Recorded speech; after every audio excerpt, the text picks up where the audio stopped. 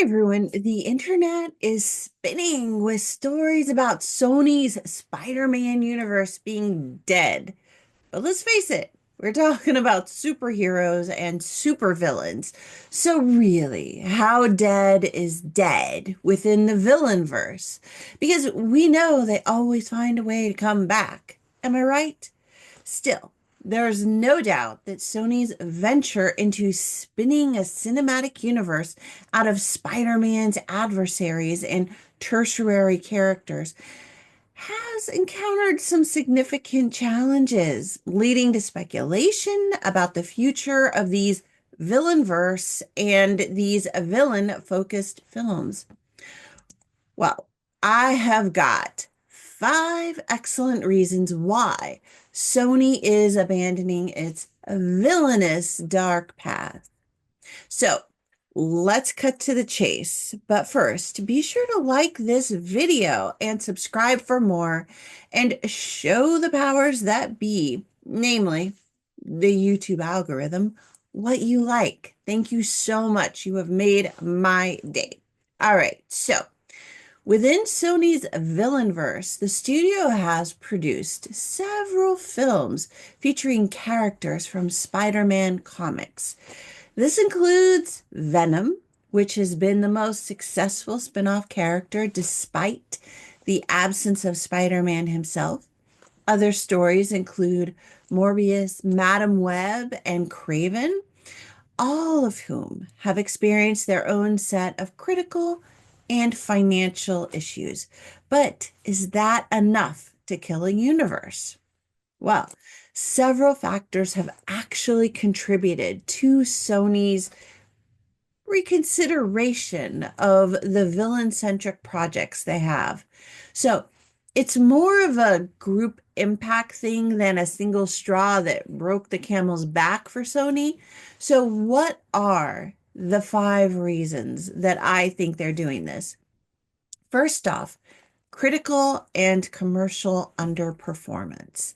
Films like Morbius and Madam Web received really poor critical reception, to say the least, and they dramatically underperformed at the box office. At this point in time, Morbius grossed approximately 167 million worldwide against the 75 million budget that they had, while Madam Web earned around maybe 100 million globally against its budget of 80, that is 80 million, which really makes it the least profitable superhero movie yet. These numbers are just for making the film, not for all that additional marketing and all the other like tertiary expenses. Second, negative fan feedback. The lack of enthusiasm from fans, particularly toward upcoming releases like Kraven the Hunter, has raised concerns about the viability of these projects. The film's panel at Comic-Con experience was notably half empty from reports, reflecting the diminished interest in Sony's Marvel franchise. However, much of the problem really does seem to center on poor storytelling for these stories, especially with Madam Web, and an inherent misunderstanding of what the fans want and expect in a superhero or supervillain film that takes place within the Spider-Man universe, namely Spider-Man himself. I mean, come on. He's got to be there, right? And third, financial concerns. The combination of high production costs and low returns has made these villain-centric films financially unsustainable for Sony. For instance, Venom: The Last Dance opened domestically with an estimated 52 million, falling short of its projected 65 million and significantly less than the 90 million opening of its predecessor. Viewers have lowered their expectations of these films and have made informed choices to save their money in favor of watching films like this on streaming, unless a gem comes through with a powerful story, a well-written script, and a super cast like we got in Deadpool and Wolverine, which really leaned into what it was. It knew what it was, and it didn't blink when it did it. And fourth, strategic refocusing. Sony may shift its focus to more successful story ideas, such as the animated Spider-Verse series, which has received massive critical acclaim and commercial success for them. Spider-Man Across the Spider-Verse earned over 681 million worldwide, making the case that good story will bring people into the theaters, whether it's live action or animation. A return to the story first principle has been long overdue for these franchises, and I think that Sony gets it and is making that move, and I commend them for that. Fifth, complex rights and collaboration issues. I mean, no surprise, right?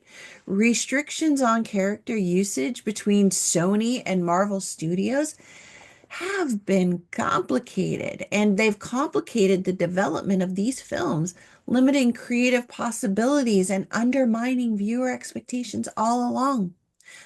Also, Marvel Studios is reportedly not allowed to use certain Spider-Man villains due to Sony's franchise rights, affecting integration of these characters into broader storylines for both studios. I'm sure there are other contributing factors to Sony mixing their villains in the Spider-Man universe, but I think these really do get at the heart of the matter. I would also add a bonus reason, one that is a little less tangible and isn't likely to show up in any of the data in a way that their number crunchers understand. The whole point of a superhero is to give us hope and to help to restore optimism. They are the North Stars of storytelling. They are the characters that we look to when times are tough. So while a great story about a villain is compelling, it's not enough to sustain a universe. Viewers want a great story, but they also want a light in the darkness, not just brighter shadows.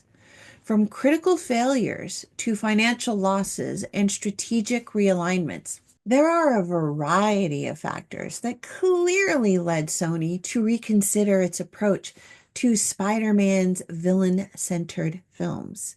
It makes good sense for Sony to focus more on these more successful films and characters when also having to navigate those complex rights issues with Marvel Studios.